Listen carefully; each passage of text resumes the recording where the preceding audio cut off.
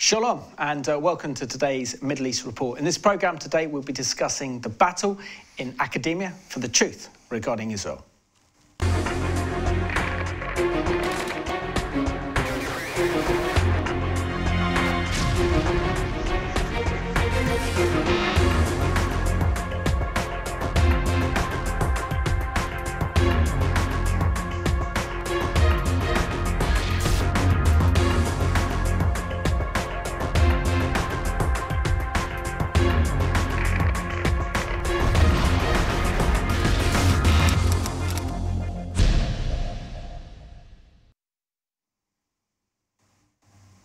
Warm welcome to the programme. And my guest today is John Levy, who is the Director of Academic Study Group on Israel and the Middle East.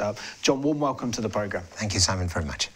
John, it's been a very long time since I've had you on the Middle East Report. I think it was in the early days of this programme, either 2011, 2012. We're getting long in the tooth. Yeah, absolutely. So it's fantastic that you can be here today and join us today. But for our viewers' sake, can you share with us something about your Jewish background and growing up in this country? Sure. I'm a very privileged member of the Anglo-Jewish community. My late father was a senior Orthodox rabbi. He held the pulpit at Hampstead Synagogue in West Hampstead for very many years. And in his ministry, he not only worked in the United Kingdom, but he was one of the very first ministers to volunteer in the Second World War for the Army chaplaincy. That took him to the Middle East for 3 years. He was one of the 2 senior chaplains to the 8th Army, ranging right across the area where there were Allied forces, from the front line in the Western Desert up to Lebanon, based in Jerusalem. And after 3 years of seeing a sort of nascent Zionist world in the area, and he was already very committed to the principle of the rebirth of Israel, he came back to Britain in '44 and then was posted to Europe as the senior chaplain, Jewish chaplain to the Army of the Rhine, which took him into Belsen. So he was the senior presiding rabbi in the process of burying the dead, succoring the survivors in the 6 months that it took to close the camp. So I grew up in a very committed household with a very loving parents who provided us, as it were, with a foundation in terms of a Jewish identity, and I hope I've carried that on. I think you have indeed. John, so can you share with us what Israel means to you and why you're so passionate about defending Israel in the world of academia? Sure. Well, I suppose in a way, some kids grow up with putting pictures of sportsmen or pop artists on their walls. Because of my father and mother's intense engagement with the rebuilding of Israel, I remember my walls being peppered with stuff about tree planting and pushing the swamps back and rebuilding the land of Israel. And so I was formed from infancy to have a caring engagement with Israel. Went with my parents the very first time to Israel in 1959. My father weeping at the significant physical, geographic changes in the landscape, even in that short period since the end of the Second World War. And going back regularly, I'm witness to the fact it's been significantly and profoundly growing and developing and changing. So I'm firmly in the groove. Superb. And you're director of the Academic Study Group on Israel and the Middle East. Can you share with us the nature of the work of your organisation and its aims and objectives? I suppose in a sense we try and do 2 broad jobs. Number one, we are eager to reach out to lay British non-Jewish audiences to provide them with a frame of reference to Israel within its Middle Eastern context. I work to the assumption that the majority of Brits that we meet, whether it be here in a Surbiton or it be elsewhere, have very little engagement or knowledge. And what we have to do is to provide them with a profile, written in graphic terms, but in broad brush terms, but also impress upon them how impacting this area is on them wherever they are. In other words, they're not incidental to the drama, they're actually part of it. They're shaped morally by the religions from the Middle East. They're powered by the oil and gas from the Arab world. The technologies that are coming out of Israel are impacting on all our daily lives.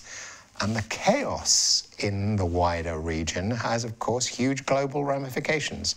So we're trying to eyeball audiences and make the Middle East really live. And we reach out to high school kids and church groups and anybody that we can get to invite us across the threshold. So that's one tranche of work. And as a complement to that, we're reaching out to all sorts of personalities who are involved in innovation, large numbers of academics, just trying to establish whether their work has an international dimension, whether Israel already figures in terms of their networks, or whether we can help to fashion new collaborative links. So already this academic year, we've had economists who've been in Israel, and one of their guest keynote speakers was an Israeli Nobel Prize winner, an Orthodox 80-something-year-old professor of economics from the Hebrew U. And I go out next week with a group of child leukemia experts, and we've got all sorts of other specialists going out to Israel in the course of 2019. They're going out to work, to meet with their immediate counterparts, to explore the state of the new and to develop all sorts of new ideas. And that is so exciting. I can imagine, definitely. We'll get into that a little bit later, John. But when it comes down to, say, your average school child attends a normal state comprehensive, what is their view and what's their impression of Israel? Sure. I suspect overwhelmingly the vast majority have virtually no frame of reference whatsoever. It doesn't figure in their thinking. The nature of the demographic, of course, is changing. I mean, there are an increasing number of kids who come from a Muslim background, and that is definitely a very conspicuous change in the populations that we encounter. Now, that doesn't always mean that we're therefore facing hostile voices. Some are equally thoughtful. We're also encountering lots of audiences where there are large numbers of refugees and immigrants. So say in an academy in Hackney at the beginning of this academic year, a delightful guy came over to me and said, I'm from the Yemen, and 13 of my uncles are dead or missing in the current civil war out there. Only yesterday I had a young Palestinian boy who was much more truculent, and he was pressing all sorts of arguments. So those who know something press the buttons hard. Others are a lot more cautious simply because they're aware of their lack of knowledge. But we're saying to them, we're the generation that have lived through the bombings of the Manchester Arena and London Bridge and Westminster Bridge, and there, but for the grace of, could be any of us. And so I think youngsters are considering and mulling over these things, and they do ask questions about these sort of existential matters. So it varies from audience to audience. Excellent. And how would you go about, convincing pupils to see Israel in the context of the Middle East rather than maybe a very distorted view they might get from the mainstream media? Oh, I think the one thing that I wish to emphasize over and over again is that the world cannot be cast in black and white terms. This is not a zero-sum basis. You know, the raw reality is all societies are very nuanced. There are multiple actors in every national and regional drama. And so I present Israel as being a complex, thriving, dynamic society. If you like, there is as a sort of symbolic point of reference, I often make reference to a guy called Edgar Keret, who's an Israeli writer, a sort of Roald Dahl of Israel. And Edgar Keret is a fun character, and he's deeply amusing. And he says, I come from a classic Tel Aviv Jewish family. We do attend synagogue on the holidays. Most of the time, most of the family are not particularly observant. But, he said, I and my siblings have all gone off in different directions. So my sister has gone into religious observance in an intense fashion. And she's already the mother of 8 or 9 kids. He says, my brother has become a campaigner to legalize marijuana in Israel. So he says, we come from such a varied, diverse community. And that's what I want to convey to folk. A, that they should not cast everybody into some catch-all mold. And the second thing I really want to emphasize about Israel is because it hasn't had the benefits of oil and gas, and therefore limitless wealth, Israel, by definition, has had to live by its wits, by its creativity. And this has powered a drive into research and development and innovation. And Israel is without doubt now in a global Premier League in terms of scientific inquiry. Absolutely, definitely. And John, when it comes down, if we look at the wider academic arena, particularly looking at our academic institutions, why do you think we're seeing such hostility arise towards Israel, to the extent now that sadly, Jewish students feel threatened now? We see a rise of anti-Semitism, but also if there's an Israeli speaker on campus, that they get just unbelievable abuse shouted down and can't even give their presentation. Again, what I'd like to suggest is that there's a very nuanced, mixed picture. If we deal on the purely academic level, there is no university in the UK, and we've got over 130 of them, none of them would deny platforms to Israelis. None of them would want to boycott Israel as a point of cardinal principle. So there is no policy on Israel. What we do have is vociferous, strident individuals. Some of them come from the Islamic world, at the more extreme end of the Islamic world. Some come from the hard left, and they are adopting the characteristic stance where they caricature Israel as being this imperialist entity. And they would slag off Israel, whether it be in academia or in politics or culture or wherever.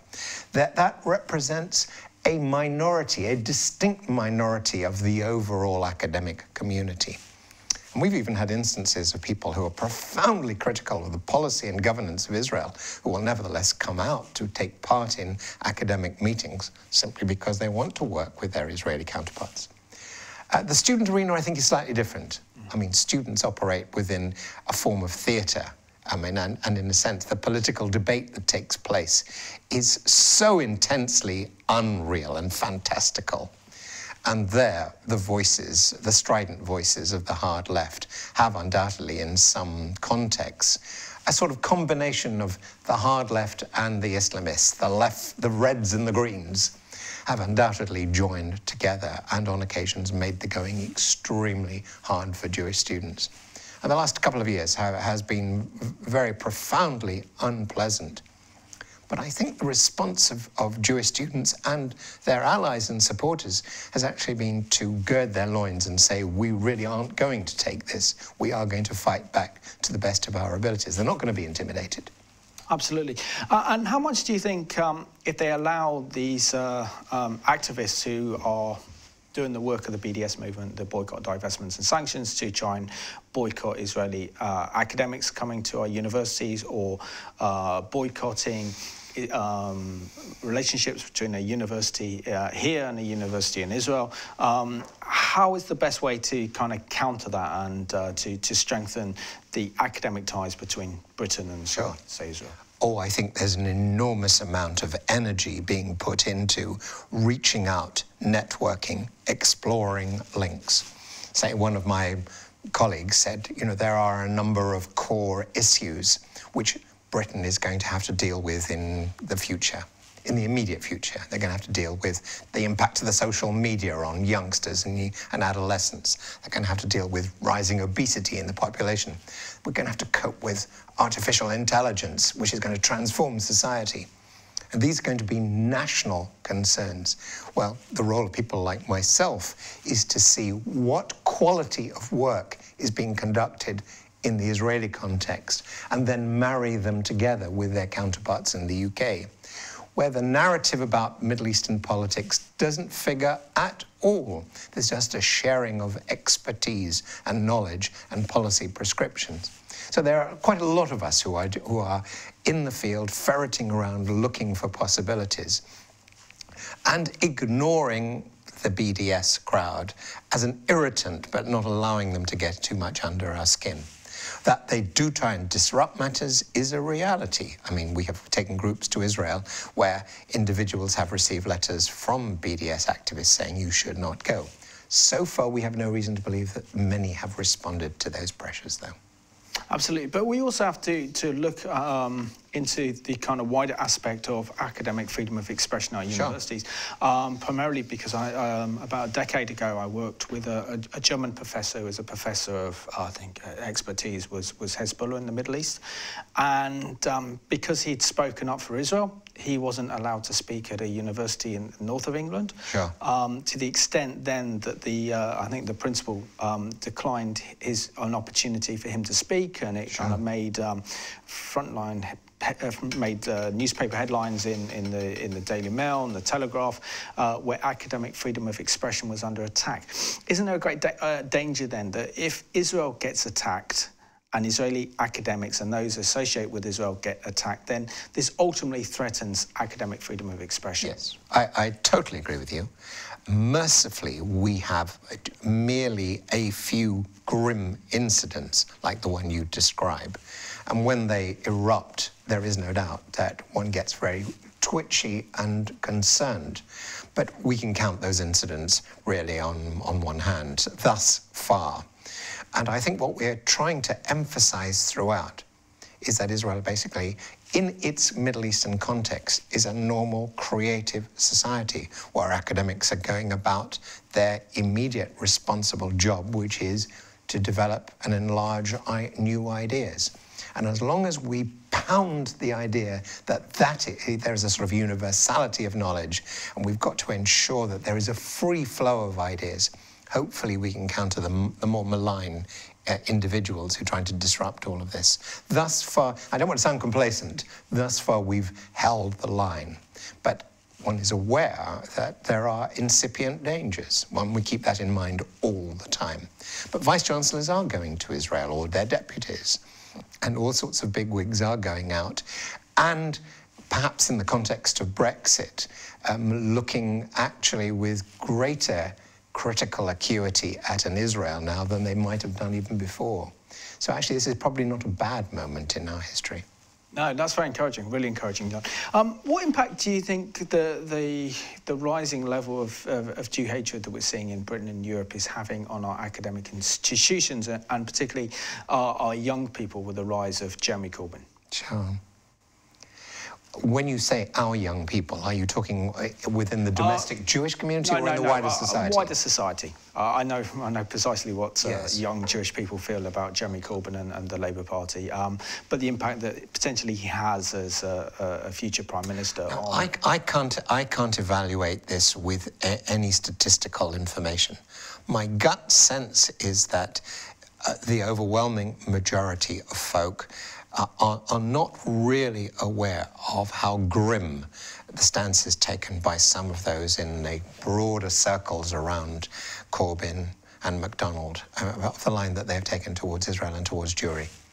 And I think the sort of barrage of insult and hatred and threat that people like Luciana Berger and other MPs have confronted isn't something that is widely registering. So that when people are asked, about to evaluate Corbyn, anti-Semitism is put very low down people's list of concerns. In the Anglo-Jewish community, it's obviously right up at the very top. Absolutely. But when it comes down to, for example, students who particularly the millennial generation, who like to take up causes, and they see someone like Jeremy Corbyn as someone who's anti-establishment. Yes. So therefore, he was able to use social media and exploit social media to generate a huge number of support amongst young people. If the average young person who actually voted Jeremy Corbyn only because their peers they look into his policies and his stance on so many issues, when it comes to terrorism, when it comes to his views on Israel, even his views on the economy, surely that would make a lot of young people rethink. How do we go about educating a millennial generation about the dangers that someone like Jeremy Corbyn would pose to Britain's security and also to Israel? Yes, this may sound very disconcerting to you, but I have a feeling that Corbyn's most curious positions on the global scene, whether it be his support for Palestinians or for the Venezuelans, or his failure to condemn Russia, that seems to figure in people's thinking far less than Corbyn as the campaigner for change and social justice at home. And clearly he's proved to be very good on the stump, and he certainly inspired many, or he did. Now we shall have to see when push comes to shove, when the next election comes, whether he can work that magic again. And sadly, the Conservative opposition didn't present itself as in as glamorous a fashion as he. So it's a little early to make the call, I think. I really just don't know how these millennials will jump. Let's have a look now at Israel's concerns regarding Jeremy Corbyn and the rise of European anti-Semitism.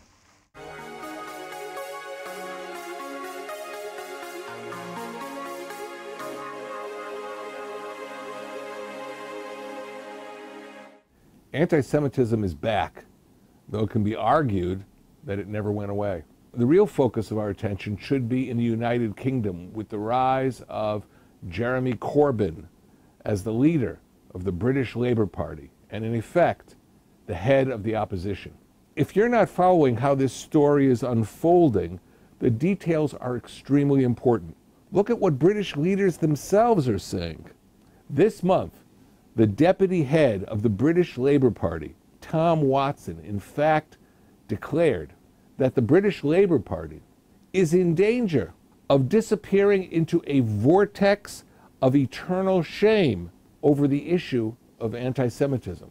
So this is not just an observation made by parts of the Jewish community. It's an observation, in fact, made by the most central parts of Britain's political establishment. And the British press is not at all reluctant to report.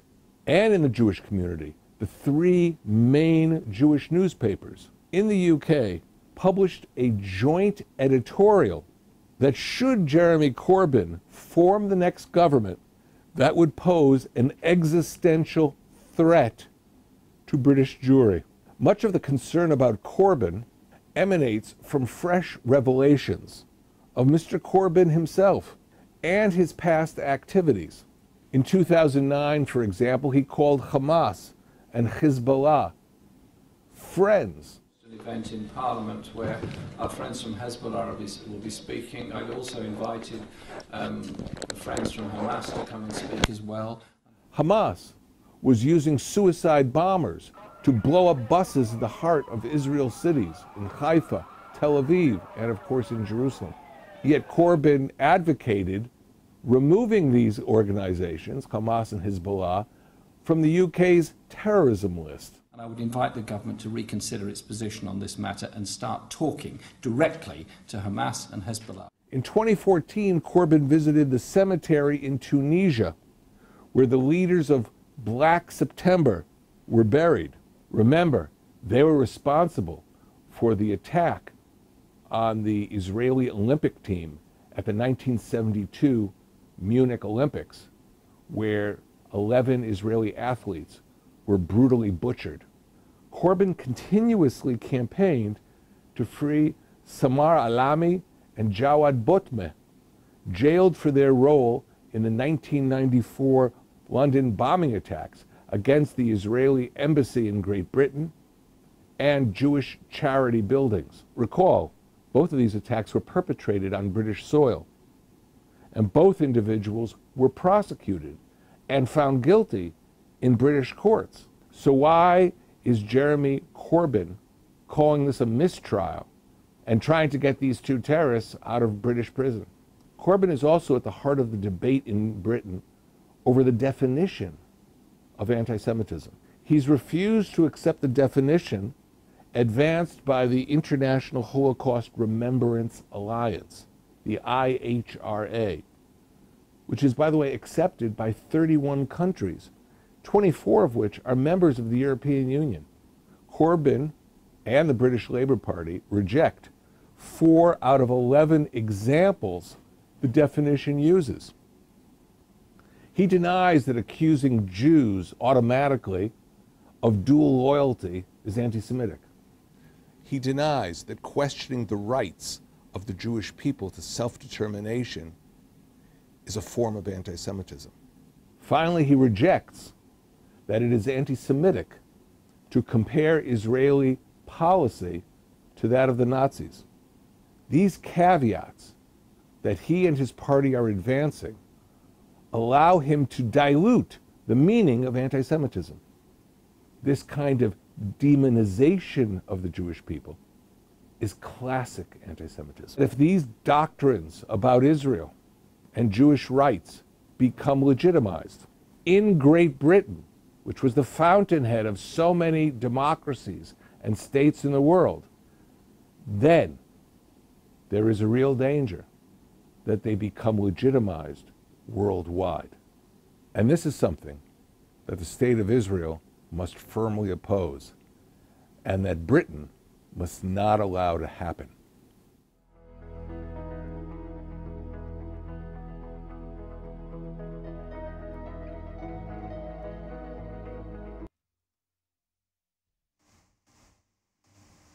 Poses a question that if Israel is extremely concerned about the leadership within the Parliamentary Labour Party, then that means we should be as well. John, you mentioned before a Jewish MP, Member of Parliament, Yusina Berger, and there are others as well. As Christians, how can we support these brave and courageous MPs that are really finding themselves in a very, very, very difficult place under Jeremy Corbyn's leadership within the Labour Party? I think we have to be rather careful. I don't think we should get embroiled in inter-party debates, frankly. You know, there are vociferous voices on the far right who are as scary in terms of the line they take on Jews as those on the hard left.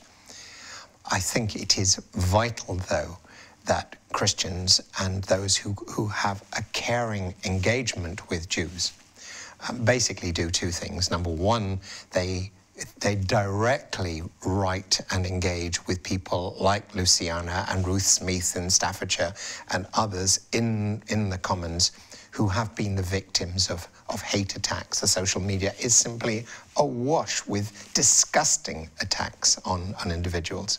And to actually write to MPs to simply say, this doesn't speak for us, I think would be a source of huge encouragement to these individuals.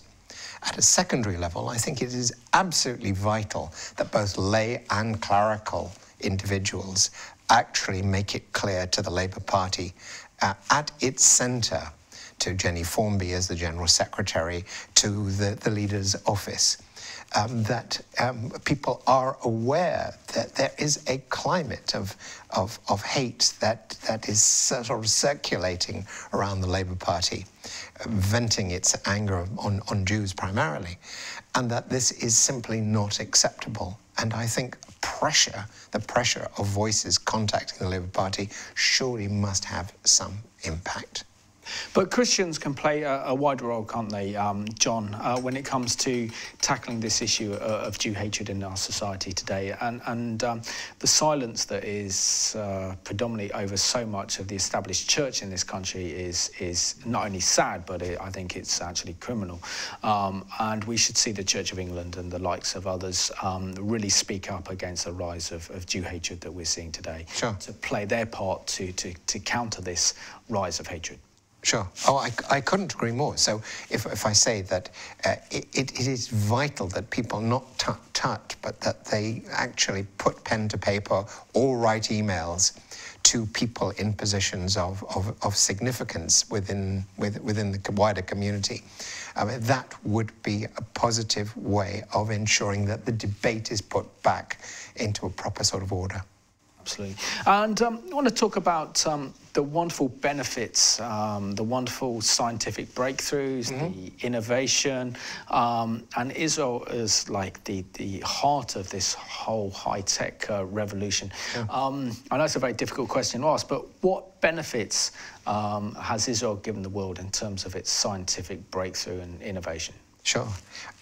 Literally, as I was travelling down to your studio today, I picked up a copy of the free Metro paper, and there is a picture there of a lady in California, paralyzed in an accident, who is now able to walk again because she has accessed a so-called rewalk suit. I don't know whether the listeners to your program are aware of this. I mean, this is one of the sort of extraordinary inventions that have come out of Israel. It's a sort of exoskeletal suit with all sorts of boxes that go both on the legs and on the thighs of folk who are, to all intents and purposes, wheelchair-bound, unable to walk. And the machinery basically powers the capacity of individuals to stand, jerkily walk, but to actually motor on independently without benefit of a wheelchair. There's a lady, Claire Lomas, who lives in Rutland, who's taken part in a whole series of marathons. She took part in the Portsmouth Marathon about 18 months ago. Most people did 12 whatever miles in 2 hours. Claire Lomas took 24 hours to actually complete the whole course. But she did it unaided, with crutches, jerkily walking, you know, as a freestanding individual. That's the product of one extraordinary creative Israeli who is himself so damaged that he can't use his own machinery. Amit Gofer has had the vision, but not the capacity to actually work at the lab bench. Now, I think what Israel has realized is that there is a huge pool of creative talent. There's barely a secondary school in Israel that doesn't have technology status. So large numbers of youngsters are going on to high school, either to read basic sciences or applied fields like electronics and engineering or computer sciences or whatever. And they are being given maximum encouragement to think out of the box, in such marked contrast to the wider Arab world, which is basically failing, which is basically a failed environment. They may have oil and gas, and the monies may have poured in, but in terms of creativity, in terms of productivity, in terms of new ideas, so little is coming out of the Arab world, whereas Israel is absolutely pouring out a sort of fecund flow of ideas. And you ask what the impact has been? Well, the rewalk suit may well be in prototype stage, but the pill cam, this tiny little pill that gives doctors a complete reading of the inside of the human frame, and that's like a standard gizmo in virtually every major hospital in the UK and around the Western world today. And the ideas are just flowing out, both in the medical field, in agro-sciences, in cybersecurity, in artificial intelligence, and a whole variety of fields. And this is universal knowledge. I mean, this isn't stuff that's simply isolated within Israel. It's out there for the benefit of all. And yes, it is definitely registering. There is no doubt that Israelis are part and parcel of debates about the state of the new. Absolutely. So let's have a look at 7 Israeli innovations that have changed the world. Did you know that there's a machine that turns air into water, and that there's technology that allows cars to drive on their own? I didn't either. But right here are 7 amazing Israeli inventions that will change lives forever. This incredible invention uses artificial intelligence and a smart camera to help the blind discover the world around them. I'm not blind, but if I was blind, I'd be like, whoa! Gosh, I'm thirsty, but the sink is all the way over there. Only there was a machine that could create water out of thin air. Wait a minute. Introducing WaterGen, an amazing new machine. Groundbreaking technology. It turns air into water. Air into water. Pulse and more. This miraculous handheld device lets women take ultrasounds on their cell phones and then mail them to their doctors. Congratulations, it's a pizza. This wouldn't have happened if you had Mobileye. Mobileye is a vision-based advanced driver assistance system that helps prevent car accidents, and it's the main technology behind autonomous cars. But real autonomous cars, not like this one. This is a toy. Clone. Clone is an app that will instantly 3D scan anything you want. Now Rexy will live forever. He's a good boy. Yes, you are. Bonus Biogroup. This Israeli biotech company actually grows bones from a patient's own cells. This here is a femur that belongs to Fred. It's Fred's femur. Flytrex is an autonomous, regulated, and insured drone. that will deliver things to you anytime, anywhere, any minute now. That's it for now from SOSA, one of the many innovative open platforms here in Israel. If you care, share. Just incredible when you look at it. Wonderful piece of film footage, yeah. Absolutely. You know, Israel's leading this new high-tech economy that we're all, you know, with our smartphones and everything else, that with the app developments. And it seems that Israel is very much one of those few entrepreneuring countries like the United States that's actually leading in this whole field, and the rest of the world is catching up. What do you think that Britain could learn from Israel's incredible innovation? Oh, there is no doubt that there is enormous interest in this. There is a recognition that we're in revolutionary times. Countries like Scotland, for example, who have a population that is a bit smaller now than that of Israel, are aware that the oil revolution in Scotland is ending, and Scotland has to think how it's going to earn its keep in the future. And so they too are looking towards Israel to get ideas as to how you can engage populations, bring them into the 22nd and 23rd century by working on the state of the new. Oh, there's certainly a complete openness to this as of now. Yeah. And, you know, we looked at, I mean, I was amazed that you could actually turn air into water. I mean, the impact that could have on water shortages, particularly in the region of the Middle East, surely would actually draw so many Arab states to Israel to realise that Israeli intervention could actually save thousands, if not millions, of lives. Sure. I mean, there is a sort of political reading which does not apply to Israel and to the Palestinian Authority. I mean, there are many political scientists who say wars in the future will be fought over water and water shortages. Now, it is undoubtedly the case that there was a time going back only a very few years where people were very frightened that there would not be enough drinking water. But notwithstanding global climate change, and you are aware that everything is getting very much hotter, because Israel has built desalination plants, because Israel recycles more of its wastewater than any other country on earth. And we were talking over 80% of all wastewater is then turned into irrigatable water once more, and all the drip irrigation systems and so on. All of this means that Israel has undoubtedly critically turned its attention to these issues. And the third world, and even some voices in the Arab world, are very, very curious to explore it. But that won't be put on the open agenda. That can't be for political reasons. And why is it that, sadly, I mean, whenever there's a international emergency, whether it's an earthquake, whether it's a tsunami, it's the Israeli Magen David Adom that are there virtually the first ones on the scene helping out. Israel's doing so much in terms of helping irrigation in Africa and some of the third world nations. And Israel is a blessing to the world. In fulfillment of biblical scripture, Israel is a light unto the Gentiles and to the nations. And so why is Israel not seen like that, but only seen through the prism of the Israeli-Palestinian conflict, do you think, in your opinion, John? You're right. This is a grave, curious injustice.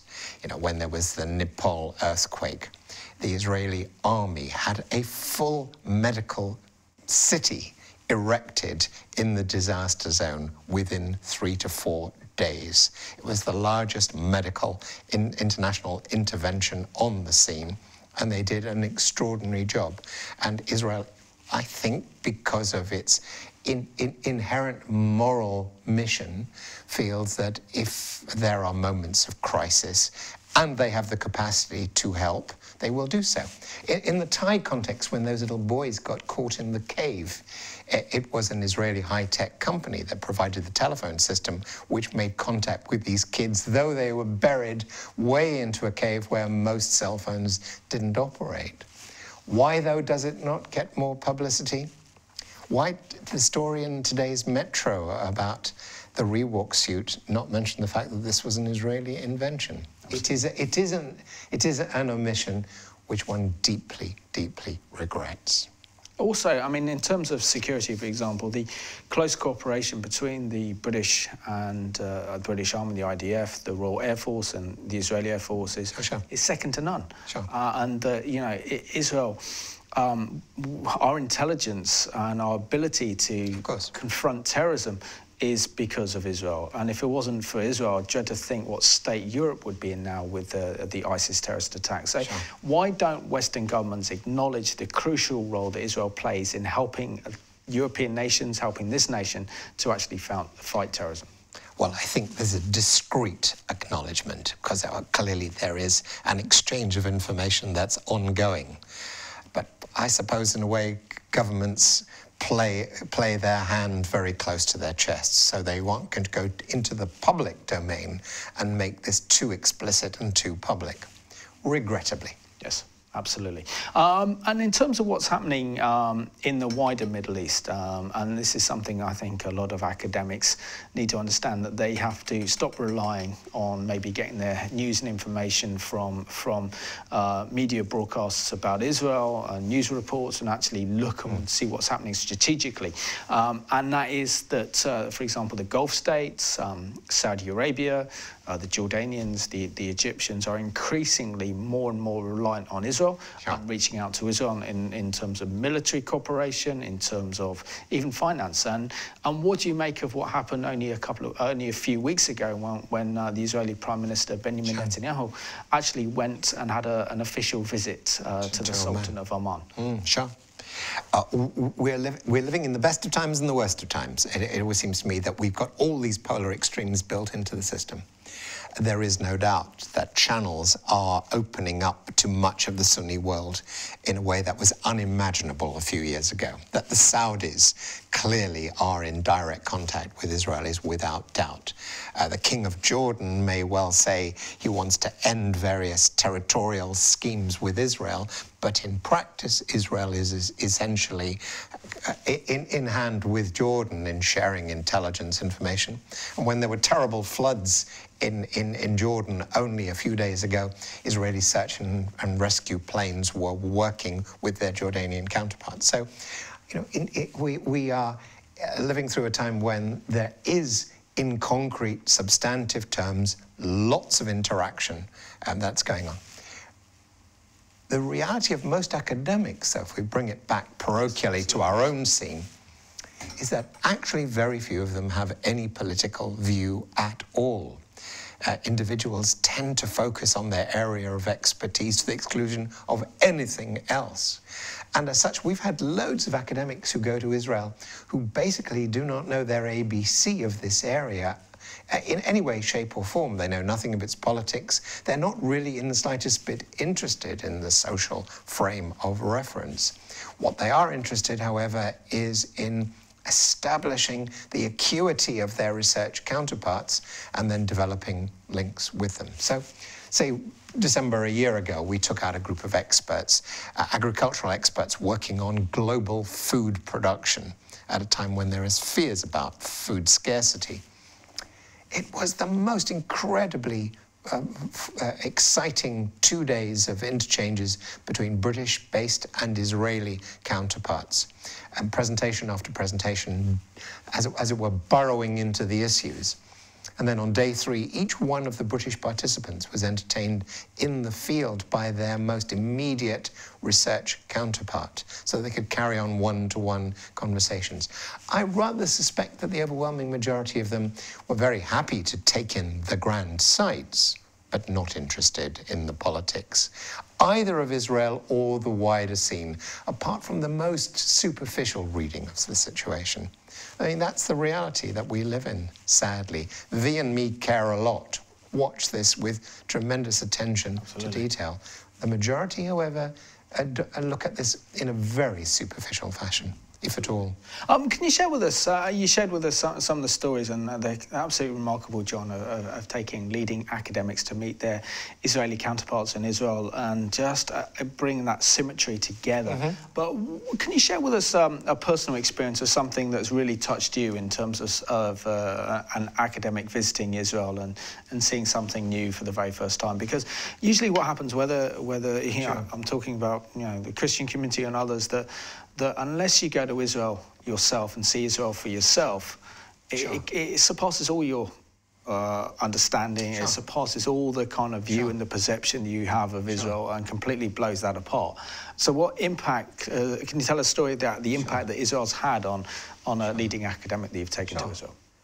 Well, I think back a few years to when we had a group of experts who went out dealing with the subject of breast cancer. So they were looking at the genetic issues. And one of the participants in the group, he took part in the academic meeting, but then we managed to arrange 2 days of just general touring around. And when we went into Jerusalem, he suddenly realized that one of his ancestors was a Victorian Captain Warren, who'd been one of the great archaeologists digging around in the ruins of the old city of Jerusalem. And the sense of engagement and revelation suddenly was so apparent in this individual. Here he saw part of his family roots writ large in the stonework of Jerusalem. Or I think in terms of a German-born professor who deals basically with senescence and aging, and this Prussian academic, sort of gentry from East Germany originally.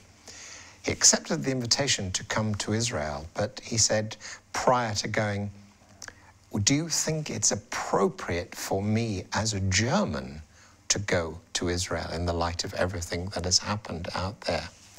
And I think I could say to him, you will be accepted for who you are, and you will find people will straight talk you without any reservation whatsoever. And he's been back several times since. So I sort of feel that allowing people to engage with their counterparts where we are not messaging them in the broader sense at all, just allowing them to draw ideas and to be suckered very, very gently by that experience, opens up distinct possibilities. I mean, the most thrilling thing from my point of view is that we had a cardiologist from Glasgow University who took part in a conference 8 years ago. And I discovered only last week that he is now actively involved in research collaboration with a counterpart in the Weizmann. But over and above that, he's been nominated by the British Council to be one of the judges of a new research program dealing with increasing problems of the aged. And he said to me, I'm going to be out in Israel 2 or 3 times in the course of the next year. From a standing start where he'd never known this environment at all, now he feels a complete involvement and engagement with it, professionally and personally. And I find that very, very pleasing. Wonderful. And yeah, for our viewers watching, if they're academics or they're university lecturers or teachers and they have a passion and love for Israel, how can they get involved with the work that you're doing? I am very aware that we've got to constantly reach out and engage. And any help to open doors is always hugely welcome. We are in the classroom in schools all over England, Wales and Northern Ireland. We tend not to go to Scotland. It has a different educational system. But opportunities to speak, it's not that easy to come by these days. All help in leveraging, opening the doors would be welcome. In terms of drawing together academics, if anybody has any area of expertise where they feel that there could be a possibility of a linkage between the best of Britain and the best of Israel, we would be only too happy to help take those sort of ideas forward. So yes, please do make contact. Excellent. John, I've got to say, I love what you're doing, because not only are you bringing about strategic relationships between Israel and Britain and cementing that Israeli-Britain relationship, whether that's in the area of science or whether that's innovation or health, but also developing friendships as well. Sure. And to realise that Israel is a blessing to the world and that we can learn so much from Israeli academics and Israeli institutions, and what's happening in Israel is essentially a miracle. I mean, who else other than the Jewish people could actually turn the desert to make the desert blossom, as it were. And Israel's done that.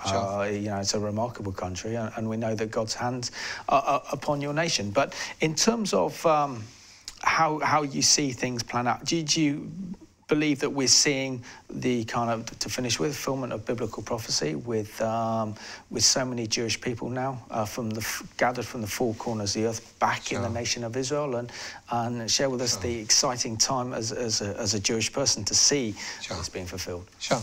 Well, I read Amos, I read Isaiah, I read about restoration, and when those early voices talked about the countryside being transformed, the cities rebuilt, the populations flourishing. That might have been poetic vision then, but we're seeing the actuality in the here and now. And there is no doubt that Israel is transformed from the time that I went there as a child in 1959. And I understand why my father was so incredibly moved, not having seen it in 1959 since 1944. He saw in that 15-year period significant change. We've seen extraordinary leaps forward. So indeed, the prophecies undoubtedly are being writ large in our day. Thank God. Absolutely. John, I just want to thank you so much for being my guest on today's Middle East Report, and thank you for the work you're doing, because it's so important, it's so crucial as well. So, yeah, it's an absolute pleasure to have you as my guest on the programme. Thank you so much, Simon. God bless you. And I just want to thank you for watching today's programme. We have to say that Israel is a living miracle, and if you see the innovations and the development in terms of science and technology coming out to Israel, Israel truly is a light unto the world and a light unto the Gentiles. And this is why it's important that we proclaim the truth about Israel, and that we win this battle in the realm of academia to realise the righteousness of Israel's cause. So thank you for watching today's Middle East Report, and we'll leave you with this beautiful song that reflects on the beauty and the character that is the nation of Israel.